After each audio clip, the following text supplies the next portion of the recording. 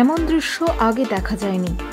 ভয়াবহ দাবানলের কবলে লস অ্যাঞ্জেলেসের প্যাসিফিক প্যালিসেডসের প্রায় ৩,০০০ একরের বেশি এলাকা। পার্শ্ববর্তী আরও এলাকায় আগুন ছড়িয়ে পড়ছে। ক্রমশ বাড়ছে দাবানলের পরিধি। সংবাদ সংস্থা এএফপির খবর, ঝোড়ো হাওয়ার কারণে পরিস্থিতি ক্রমশ হাতের বাইরে চলে যাচ্ছে। প্রাণের ভয়ে নিজেদের সাধের ঘর ছেড়ে অন্যত্র পালিয়েছেন সেলিব্রিটিরা। খাঁ খাঁ করছে সেলিব্রিটি পাড়া। জরুরি অবস্থা ঘোষণা করা হয়েছে। ভয়াবহ অবস্থা সেখানকার পশু পাখিদেরও। রাস্তায় ঘুরে বেড়াচ্ছে হরিণ ছানা। কোথায় যাবে, কি করবে বুঝেই উঠতে পারছে না। সময় যত বাড়ছে পশু পাখিদের অসহায়তার ছবি আরও স্পষ্ট হচ্ছে উদ্ধারকারীদের কাছে। আর এটাও স্পষ্ট হচ্ছে বিধ্বংসী দাবানলে শুধু মানুষই নয়, বন্য প্রাণীদেরও একটা বড় অংশ ভীষণভাবে ক্ষতিগ্রস্ত।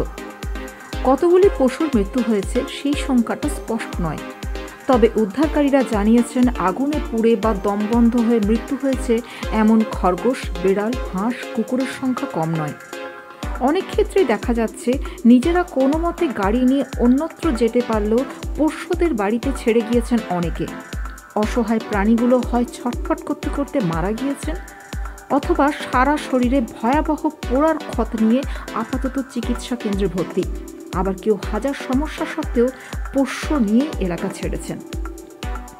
এর আগে 2019-2020 সালে ভয়াবহ দাবানলে পুড়ে ছারখার হয়ে গিয়েছিল অস্ট্রেলিয়ার বিস্তীর্ণ বনভূমি।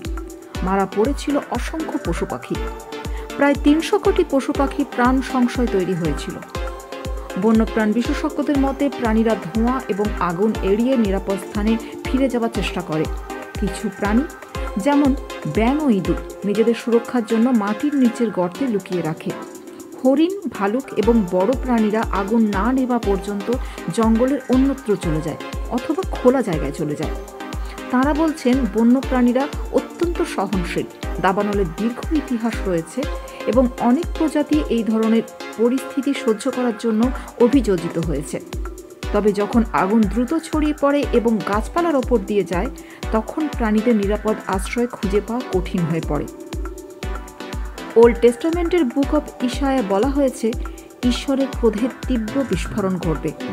দাবানলের মতো তিনি আসবেন ঘূর্ণিঝড়ের রথে চড়ে।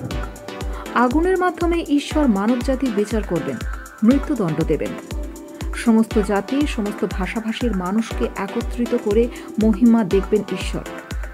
সে কথা মনে করে অনেকে বলছেন, এবার বোধহয় দেবদূতের শহরে সত্যি সত্যি ঈশ্বরের ক্রোধের বিস্ফোরণ ঘটল।